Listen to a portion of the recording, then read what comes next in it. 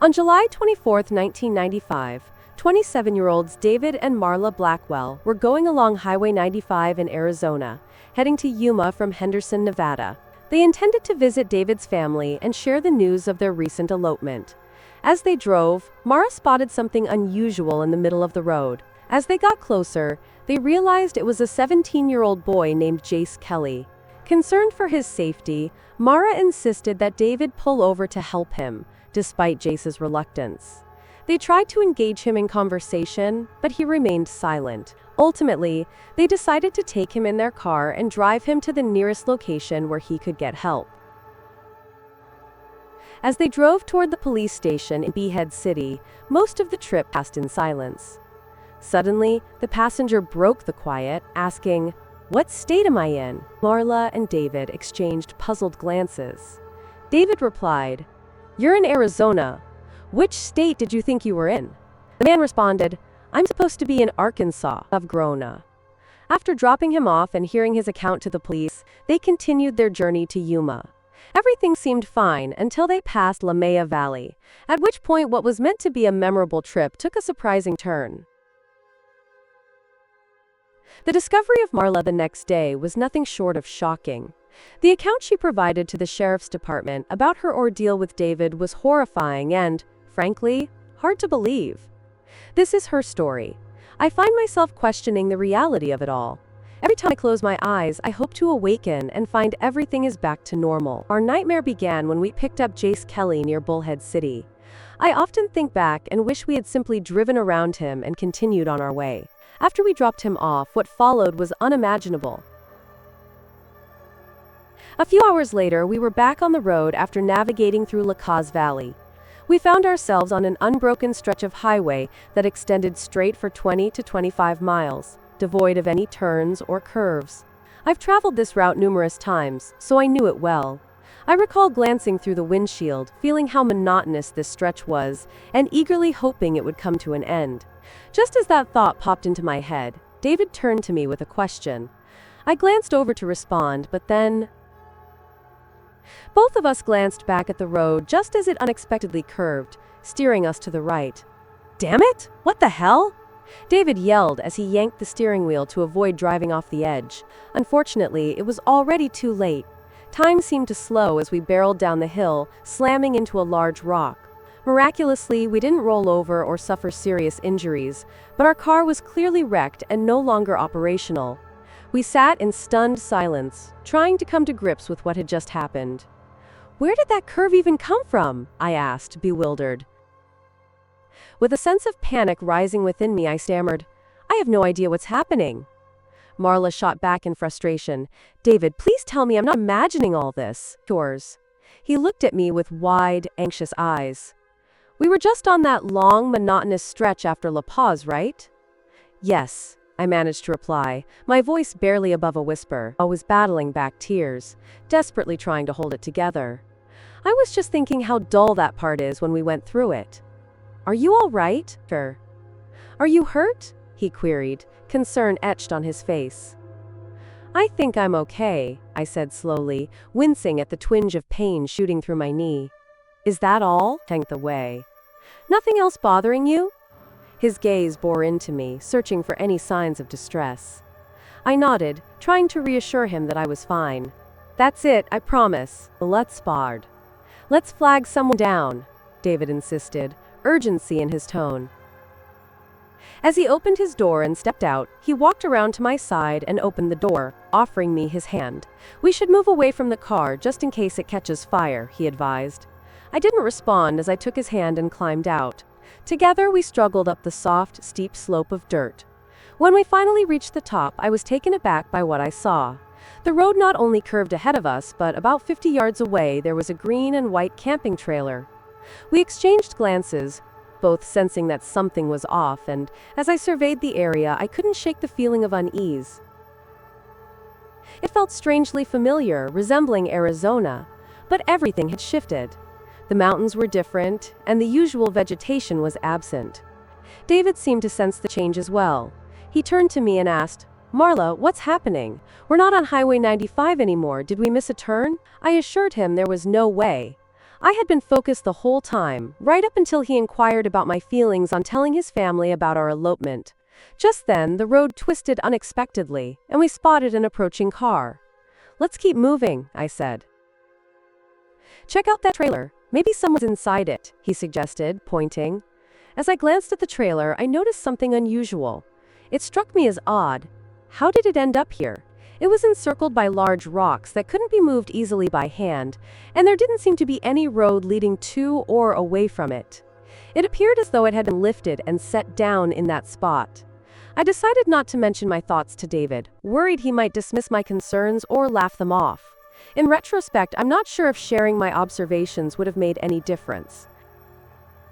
I responded with hesitation, and he took my hand once more, leading me toward the trailer. As we drew nearer, it became clear that there was no way a truck could have pulled it into that spot. He seemed oblivious to this, or if he was concerned, he was doing a good job of masking it. We circled the trailer, inspecting it, until he approached the door and made a move to knock. I quickly grabbed his arm and said, "Wait, what are you doing?" He replied, "If we want help, don't we need to see if anyone is home?"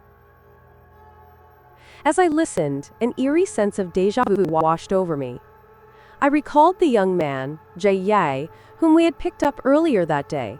He had spoken about a green and white trailer he encountered just before everything went horribly wrong. He described its peculiar location, nestled among trees with no visible tire tracks or road leading to it. The strangeness of it all began to sink in, but I was still grappling with the shock from the crash. Letting go of his arm, I turned to watch the sun dip behind the western mountains. As he rapped on the door, it swung open almost immediately.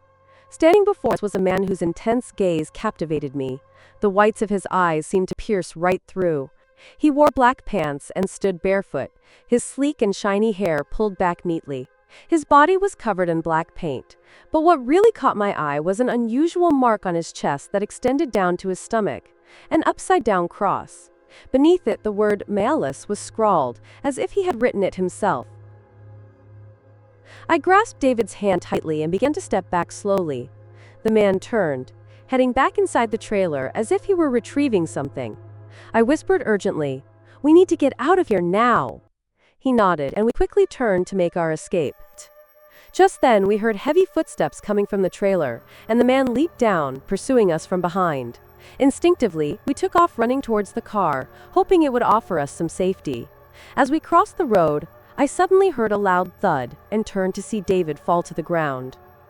"David!" I shouted, panic rising in my throat as I rushed to his side. As I was unexpectedly struck from behind, I collapsed to my knees, my vision fading to darkness. When I regained consciousness, I realized I was blindfolded and bound to a chair. I thrashed against my restraints, but a brutal backhand sent me reeling, intensifying the pain in my already aching head. My mouth was sealed with tape, muffling my cries of agony.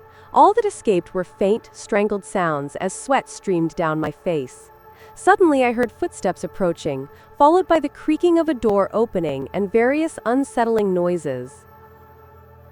As I sifted through the disarray, it dawned on me that I was trapped in the trailer. The footsteps returned, halting right in front of me. A wave of despair washed over me, and I couldn't shake the thought that I might die here. My mind raced to David, praying that he was still alive. The figure in front of me took a few steps forward and paused, uttering something I couldn't catch. Then came a sound, a strike, followed by the unmistakable muffled cries of David. In a panic, I tried to scream, desperately wishing to drown out his cries, but with my mouth taped shut, all I could do was listen in horror. It felt as though my soul had been pierced. The torment continued endlessly, and he wouldn't relent. It struck me deeply. It was the most horrific thing I had ever experienced, or faith. When he finally fell silent, unfamiliar sounds surrounded me. They started as gentle, repetitive noises, but then transformed into something akin to wood being sawed. A strange, almost enticing scent filled the air, only to shift suddenly into an overpowering stench that made me gag. I had no choice but to swallow back the vomit that threatened to escape, nearly choking as it went down. The next thing I remembered was waking up to the sound of murmurs echoing around me.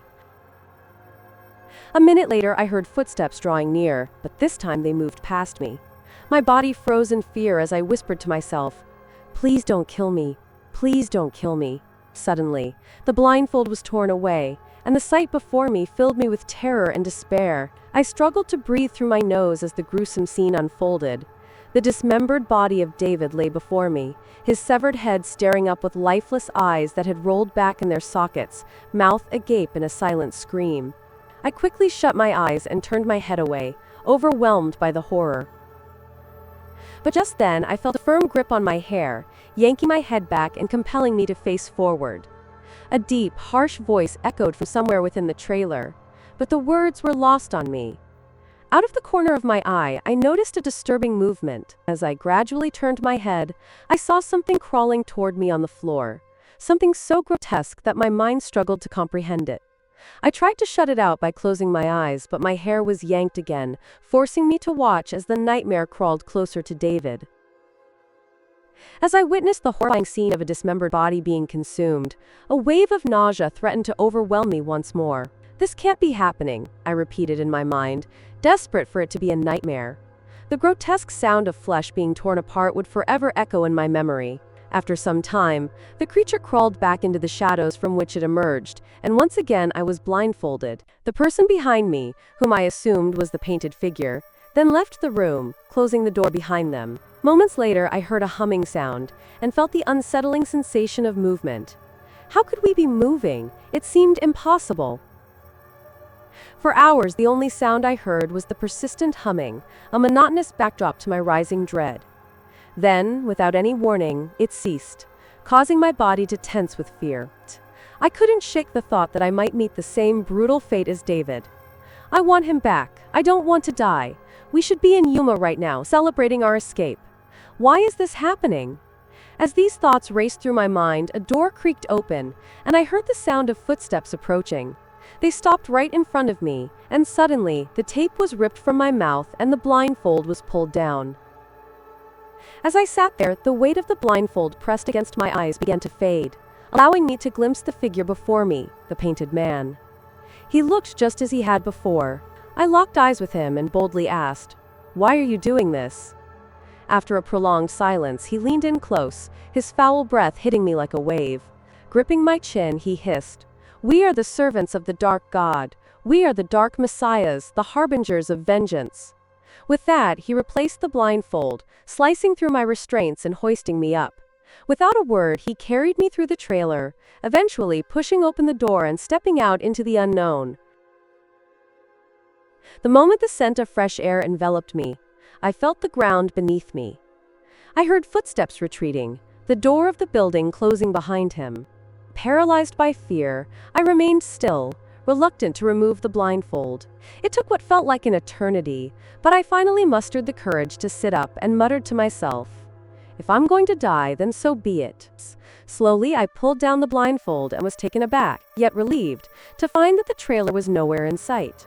The only remnants of my captivity were the imprints left by tires in the mud, making it clear that I was no longer in the desert. I was disoriented and unsure of my surroundings until I heard the unmistakable sound of a car on the road. I got to my feet and began making my way toward it.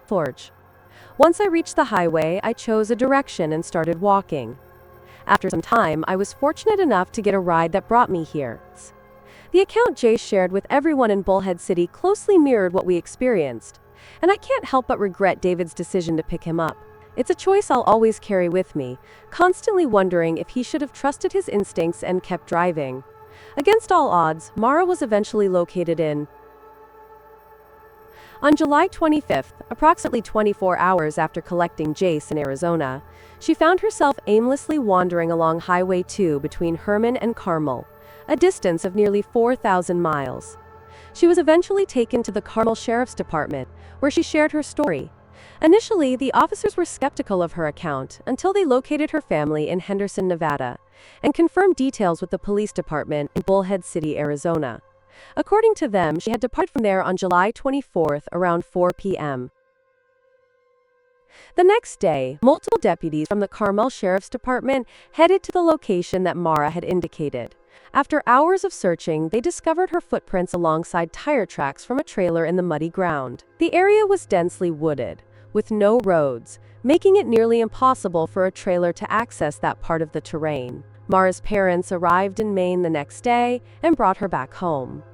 Meanwhile, the vehicle driven by David and Marlo was never located in either Arizona or Maine. David was subsequently reported as a missing person and has yet to be found. For more chilling horror stories, be sure to subscribe.